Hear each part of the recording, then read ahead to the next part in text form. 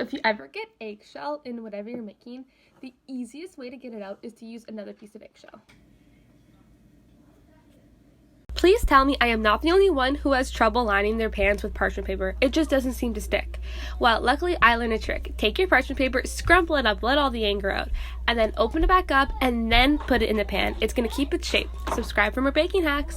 If you run out of whipping cream, but you still need some whipped cream, this recipe is the perfect substitute.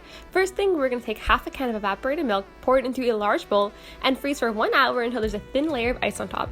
Then we're going to add 1 teaspoon of freshly squeezed lemon juice, whisk this all together until it forms stiff peaks, add sugar to taste. Thanks for watching and subscribe for more recipes. I've seen a lot of recipes calling for heat-treated flour, and the easiest way to make this yourself at home is to take the flour like recipe called for and just microwave it for 2 minutes, stirring halfway through.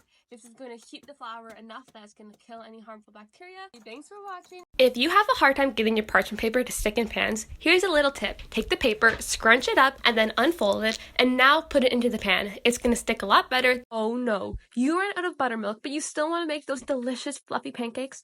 Don't worry, I got you. So for every cup of milk, we're going to add 1 tablespoon of lemon juice, stir it up, let it sit for a few minutes, and voila, you have the equivalent to buttermilk. Happy baking, everyone, and subscribe for more baking hacks.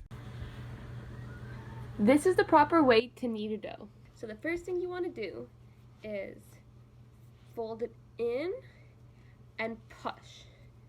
Quarter turn it, pull in and push. Quarter turn, in and push. And you keep doing that until your dough comes together.